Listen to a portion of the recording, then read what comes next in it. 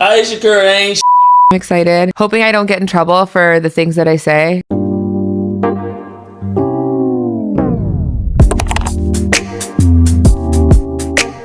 What's up? It's your boy A to the L to the A to the N. I'm Alan. And my name is Nicole. And welcome to After Hours at the House, our spin-off show where we take the conversation from heart to heat. Where love clocks out and the drama checks in. So put the kids to bed and grab you a drink. It's grown folks talk, and it may get deeper than you think. 4-time NBA champion, finals MVP, 2-time league MVP. I thought I was going to be career girl, and that's it. He tries to resonate with me, but he just can't. I have zero, this sounds weird, but like male attention. I didn't want kids. I didn't want to get married. Love of my life.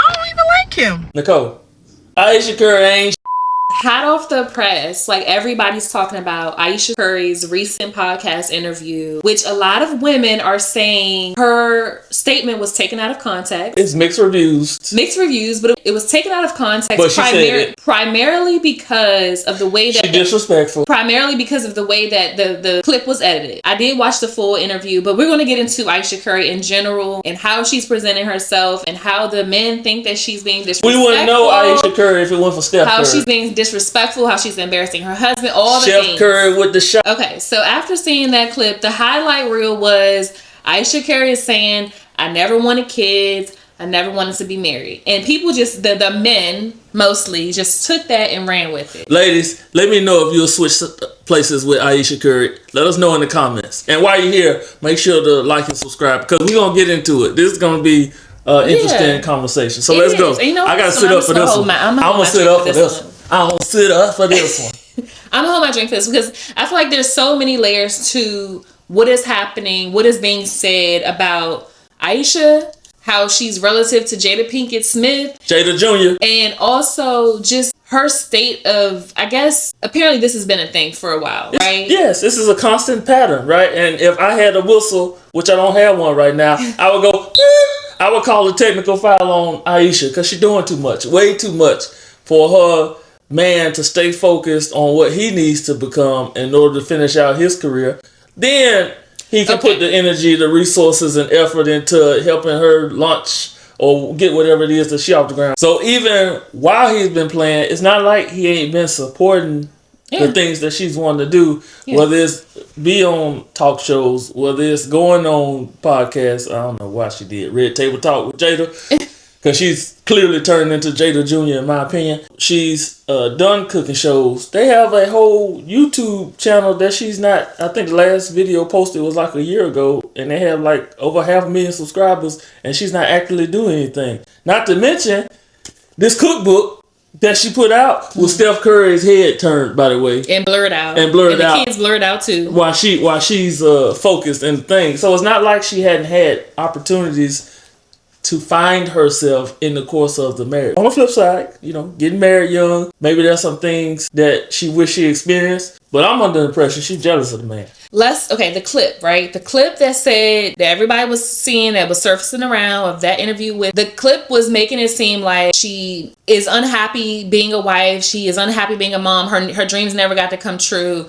Steph doesn't understand. Poor baby Steph. So that's what surfaced and that's what caused all these things. And even I had friends DMing me like, I hate what people are saying. Like they're taking her words out of context. And I have friends that are DMing saying, hey, y'all need to talk about this because she's being disrespectful yet again. Dating back, history precedes herself, right? Okay. This would be different if this was her first time. But she's... And I think that's why y'all are upset. She has a trend of doing that. Okay. Then I have on the flip side, the people that are saying, oh, y'all taking it out of context. Yeah.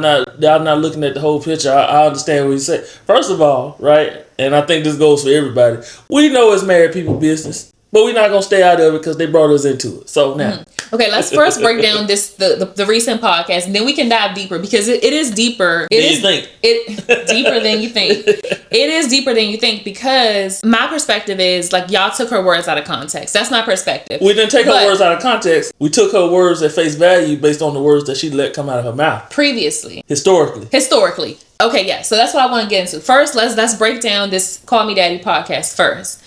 And then we can break down why so many men have the opinion that they do about her history and all that. The clip that surfaced that we entered is one thing. When you listen to the full podcast, which I did, it was taken out of context. She clearly answered the question that she was asked. Did she imagine this for her life? Okay?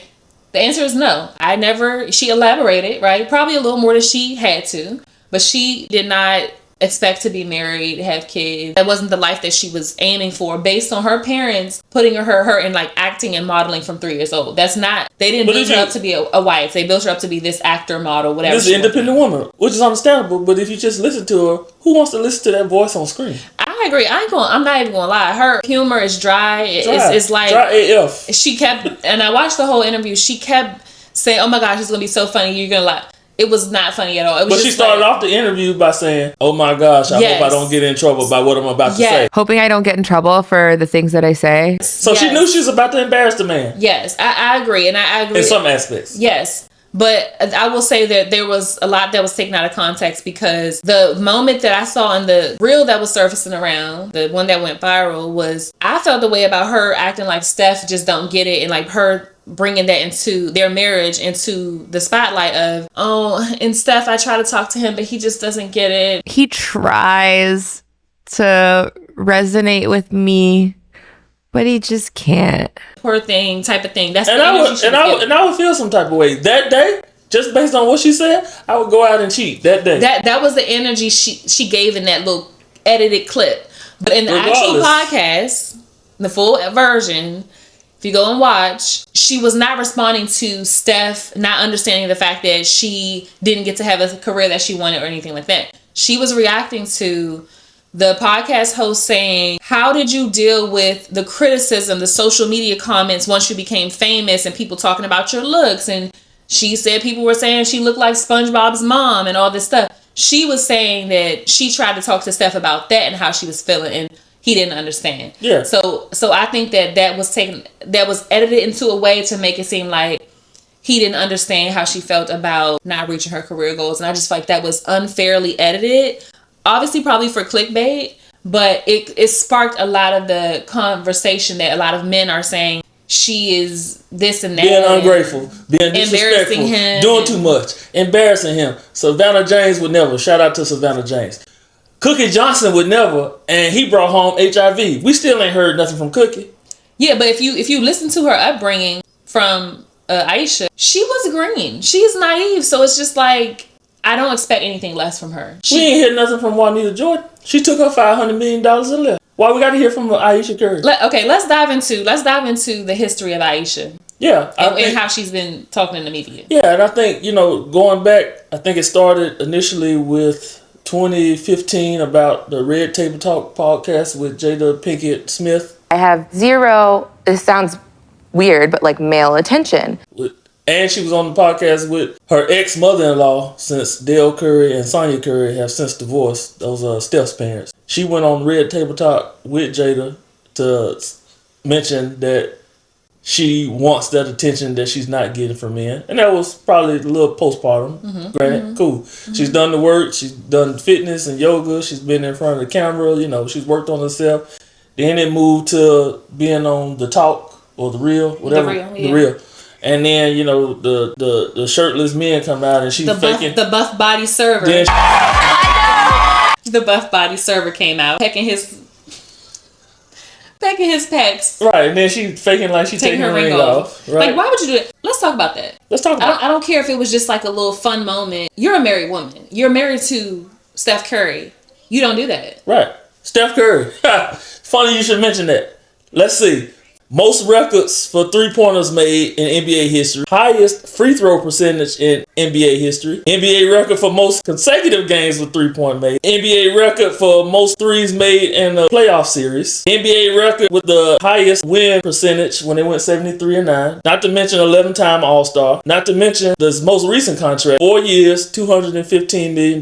This year, he's set to make $62 million, giving him a career earnings of $410 million. Why does she need to go act for $50,000? Okay, so we had this conversation before we started filming, she's suffering from other issues. But let's talk about Ayesha Curry real quick and the ring, pulling off the ring, in that clip. I think that is the epitome of light-skinned, hazel-eyed privilege, honestly, because she thinks she's bigger than the program and thinks she's part of pretty privilege. But Ayesha Curry is a strong 6, 7 on the good day. Okay, but listen, I do think this is a case of a bit of pretty privilege, because if this was and granted, she has her own self-esteem issues. Clearly, she has her own self-esteem issues. Yes, because in the clip she said, I'm constantly in therapy about it. Yeah, she wants male attention. She struggles with her style, her fashion, all these, like, not getting the male attention. But before we go on, make sure you hit that subscribe button while you're here, because we're getting into it. This is a good topic that everybody's talking about right now. But what I'm trying to understand is, doesn't she realize how many women would take her position from almost $500 million man? I feel like this is a case of pretty privilege, because if this were a woman who did not grow up in pretty privilege, right? She's been in modeling since she was 3. Her parents obviously raved about the way she looked because they got her into that. If she didn't have that acknowledgement of her looks from an early age, she wouldn't have this sense of entitlement. She has a sense of entitlement, even though she talks about, I feel like she wants people to feel bad for her. If she didn't have that sense of pretty privilege, she wouldn't have the nerve to be talking like this and carrying herself like this when she has such a wealthy superstar man. Like, no, she would play her part. And but I think that's the issue. She doesn't play her role, right? YTB got a good song, guys. She thinks she's bigger than the program. She needs to understand that while Steph is still trying to round out and ride into the sunset with his career, there are certain things that she can't say to put attention on her, because she will always be Steph Curry's wife. She will never be Ayesha Curry, her own brand. It just won't happen. Yeah, but I think let us know in the comment section if you think there's a lick of pretty privilege going on here, because like I said, if she wasn't light skinned with hazel eyes. But hold on, how's it pretty privilege when she admitted, she almost on her Tia Mowry thing. She want people in her DMs, and she want people saying stuff to her at the gas station. No, I think that's just her issues within herself. Part of it is like, she feels like she's had this attention as a kid, right? Modeling and people thinking she's the beautifulest baby and put her in pageants, put her in whatever, to now being married to a superstar, right? And then not getting that attention. It's like, oh wait, I'm used to this and now I'm not. Hold on, but you've modeled, correct? Yeah. You've been Jet Beauty of the Week, correct? Yes. You've been in publications during your modeling career. Now you're not modeling. Now you're a mom. Now you're a career woman. Does it take away from the things that you've accomplished up to now? It doesn't. No. Does it make you feel that you're inferior because you see the young models that are out now, or the young models that are getting attention? It doesn't, but I can see how it can, especially if you had this vision for yourself to be this superstar model or superstar actress, and then boom, you get married and pregnant and have all these kids, and then your husband. It is. You said this earlier. It is a sense of she's a little bit jealous of Steph because she's not getting that attention that she used to get. And if y'all get a chance to check it out, used to say it, Kevin Samuels. He said something that was very profound when he talked about Ayesha Curry and the things that she does that embarrasses her husband in relation to Steph Curry. And this is early on in their career. She married a guy that she thinks she's better than. And honestly, she's jealous of him. She's jealous because I'm sitting at home, pumped out 3 kids, and he's on TV every day. He's getting all the fame. He's getting all the red carpet treatment. He's getting all this. And only time she gets attention is attention that he deflects to her. We wouldn't know about Ayesha Curry if it wasn't for Steph. He tries to put her in the spotlight. He tries to put her front and center. And guess what? If she had what it takes, she'd already be there. Yeah, we got real legends in the house. My man Steph Curry in the house. Y'all give it up for Steph Curry. Steph. She said it. I thought he was going to be a high school basketball coach. He said he wanted to be a high school basketball coach. Which means that she put herself like, oh, okay, cool. I'm going to be the breadwinner. I'm cool with that. She said it. He was kind of like the nerdy, geeky kid in school. Yeah. She probably wanted something a little more edgy. Yeah. But because she had an experienced life, now I think that's a part of it. Not only the self-esteem issue, but the fact that she's acting out. Yeah, because I feel like she has a sense of entitlement. She talked about, she liked Steph, but she wasn't like, he was more so trying to pursue her. You know what I'm saying? Sounds familiar. Just like Travis Hunter's wife, don't even know her name. She said the same thing. Yeah, but my thing is, I think she feels like Steph ain't going nowhere, and it's a lot of people are saying, should Steph Curry divorce her? Should he leave her? I don't think he should leave her, but I think he needs to have a tough conversation with. He needs to have a tough conversation with his wife, his better half, his confidant. Like, hey, chill, because these sound bites are creating a narrative or creating unwanted attention, whether it's in the locker room, whether it's when he's doing his media tours. This man is an Olympic gold medalist. I left that out of his stats. He's got all these lists of accomplishments on top of future first ballot Hall of Famer. Ayesha Curry will always be Steph Curry's wife. But one of my questions of curiosity is, even years ago when she was on the Red Table Talk, this and that, I wonder if Steph felt what a lot of the men are feeling for him. Yeah.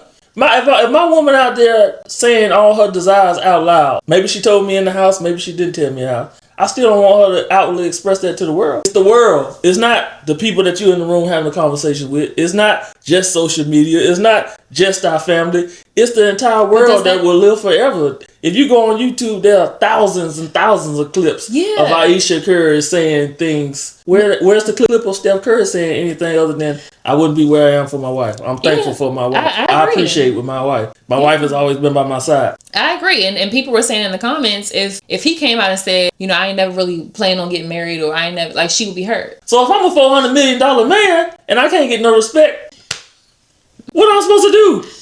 This is what y'all get on these podcasts, y'all get on these dating shows, y'all get on this here social media, y'all get on these memes talking about the men need to have this, the men need to have that. Steph Curry 6'3", Steph Curry $400 million man. Steph Curry got all these championships. She got the rings too. Because the wives get the rings, the championship rings too. So she has all this lifestyle, but yet y'all are still defending her in the comments as if she has a right to say that. Yeah, you have an opinion, but you shouldn't embarrass your household by letting things leak out. I know plenty of couples that fight like dogs and cats, but you'll never know it, because to the world. Well, first of all, that's not okay. To the world, I'm saying they fight like dogs and cats, meaning they're having arguments or healthy discourse. Okay. But to the world, they're a united front. You'll never know anything that's going on behind closed doors, because they made that pact with each other. So he needs to, one, check her, and number two, he need to go out and get his swerve on. That's what I'm saying. She thinks she's bigger than the program. I'm gonna show you. I'm gonna show you some of these women that want some of this $410 million. That's my thing of saying, like, I feel like there's a sense of entitlement with her. Like, she think that Steph ain't gonna ever leave her or whatever. Like, I feel like she has a sense of entitlement, privilege. I don't know if it's based on her history, his history, but she's out here doing these things. So if you feel like, even from previous conversations, he said something to her or felt the way about it, why is she still doing it? It has to be a sense of entitlement, or like, I got him, he ain't gonna leave me. It has to be that. Well, yeah, he ain't gonna leave. They got 4 kids together, but you can't get on a podcast talking about, I never saw myself having kids and blah. I didn't want kids. Kids are mean nowadays. The first check they gonna get when they get to high school, that's why your mama didn't want your ass. And she also said, which is, I understand, but baby, if you're in the public eye, you have to. She said she can't keep nothing to herself. Yeah, she said, I'm the type of individual that if it comes to mind, I have to say it. Yeah. I do not have a bone in my body that can keep anything to myself. So if it comes to mind, it's coming out. Check yourself, Ayesha, because you have to check yourself before you wreck yourself. And that sounds like a path to destruction, or a future path potentially to divorce. Because at what point, when he retires, is he going to keep putting up with that? When you marry a woman who thinks she's better than you, when you're with somebody who is ultimately going to be jealous of you, who can't play their role, does not like the spotlight being on you, you're signing up for a life of misery. Yeah. Ayesha Curry thought she was bigger than the program with Dale, and Dale left her. She was having an affair with his friend. I'm sure Dale Curry, during his playing career, probably had his extracurriculars, but while they were traveling and supporting Steph and in the playoffs and the championship runs that he had, they showed a united front. But behind the scenes, she was doing her own thing, to the point where, which is rare, that he filed for divorce, right? You have to be mindful first of your thoughts, because your thoughts become words, your words become actions, your actions become potential lifestyle, and your lifestyle can lead you down the path of self-destruction. Yeah, the drama definitely checked in with this one, because I feel like it's so many layers to this conversation. I feel like that's why so many people are still talking about it, because I'm not defending Ayesha Curry at all. My biggest issue was that clip from the podcast was edited and shortened in a way to take her words out of context. And so many people chimed in, so many people attacked her, and I didn't like that. I think the attacks are warranted only because of her history. This ain't the first time. You know, and I go back to at the beginning of this segment, right? What do you want your legacy to be? Not only as an individual, but as a family. Do you want your legacy to be that I'm jealous of my husband? Do you want your legacy to be that every time I get in front of a camera or a podcast, Mac, I want to embarrass my husband? Do you want your legacy to be I'm putting my kids potentially in self-esteem way, I ain't gonna say harm's way, but in self-esteem way where they feel like, dang, my mama feel that way? Yeah. She didn't want my dad? Yeah, I agree with that. I think... She didn't want this lifestyle? Think about it. Would you rather have a career or would you rather be taken care of to work on your own things? Yeah. Where you can hire nannies and you got the resources available to do so and still kind of do your own things. Privilege. But how... Again, you heard me say this before. We said this kind of putting some scripts together. Y'all women can't have it all. I understand it. And I struggle with the I can't have it all. I just, again, we can save that for a different episode or a regular House of Love episode. Because I feel like men and women's thought or idea of having it all is slightly different. But I think for Ayesha, of course, like if my man is representing me well in the public eye. No scandals. No scandals. He's the GOAT, you know what I'm saying, of his time. Top 10. That's debatable. Of his currently playing right now. That's what I mean, of his time. Like currently playing right now. Okay. This man has been working his butt off. Always was counted out because he was undersized. Provides for his family. Yeah. Right. And I think that for her, yes, you and your kids are good. He's not embarrassing you. He's not embarrassing you. He also throws you opportunities. Like he connects you to different things. So, yeah, absolutely. So if you really wanted to pursue this lifestyle, he seems like he supports it. I heard even on one of those cooking segments that she can't cook. But anyway, he still threw her an alley-oop. Right. So he's not undermining her to a certain extent. He's not acting like she doesn't exist. Exactly. He's not hiding her from the world. Exactly. He's giving her opportunities to reach the goals that she wanted to reach or she felt like she hadn't been able to. But the issue is Ayesha Curry hadn't gotten those opportunities afforded to her because she doesn't have that it factor. That's what it boils down to. You have to have marketability. You have to have likability. You have to have skill ability. You have to have will ability. And even if you felt that way, you didn't go from just 1 or 2 kids. Now you're at baby number 4. You think you're going to compete with somebody that's been at it for the last 10 years? Mm-hmm. And you talk about what she want to do, whether it's be in the movies, be an actress, or whether it's, sitcoms or whatever. You talking 7,000-8,000 an episode. Mm-hmm. Then eventually, she probably make more going on basketball wise. If she wants some drama, she already creating drama. Yeah. Even with that, maybe 20,000 an episode. So again, she looking at pennies and Steph Curry bringing home dollars. I don't think it's about the money. It's not about the money for her. Clearly. Yeah, she did because she made it a point to say, I thought he was going to be a high school basketball coach, which means, i.e., I thought he wasn't going to be shit. Yeah, because she thought she was going to be shit. That's my point. So I get it. I'm just saying right now, it's not that I don't think it's that he makes more money than her. I don't think that's the issue at all. I think it's the gratification of being a star that she wants and that she doesn't have. So she's jealous. She's envious of her own husband because he in the spotlight and she not. She wanted that. Yeah. That jealous spirit can lead to some negative consequences. I think there is a bit of that because she wanted to be in the limelight. That's what it is. She wants to be in the limelight and she is not and he is. Well, she decides she want to have her whole face, happiness over everything, and leave her 4 kids and her husband to go pursue a career.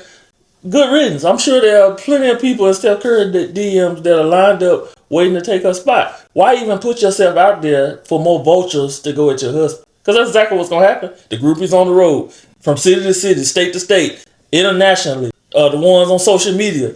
You just creating chaos in your own home. Yeah, long story short, I think that her personal feelings may be valid, but I think that a lot of what she's saying and expressing in the media should be a conversation for her household, period. Facts. Absolutely. I agree with that. Yeah, so I think with this scenario, this is an interesting conversation. Again, this is not one that has a resolve because I think it's a revolving door. And she going to say something else to put her own foot in her mouth. Listen, I think ultimately, here's the thing. She's struggling with some personal issues with her identity, with her... So don't get in front of a microphone, don't get in front of a camera. I agree with that. I think that's the biggest issue is like, you are in the public eye, your husband's in the public eye, so you open the doors for people to interfere with your marriage. by doing what you're doing. This is a conversation for you and Steph to have. Go to counseling together, therapy together. If it's still not working out, if you're still like unhappy, miserable, or if you feel like you still have goals you want to achieve, y'all need to work through that together. Right. I just hate when people twist her words. I don't want her words to be twisted, even though I understand her history of stuff she said. Point blank period, Ayesha, you should have just kept that conversation in your household. That's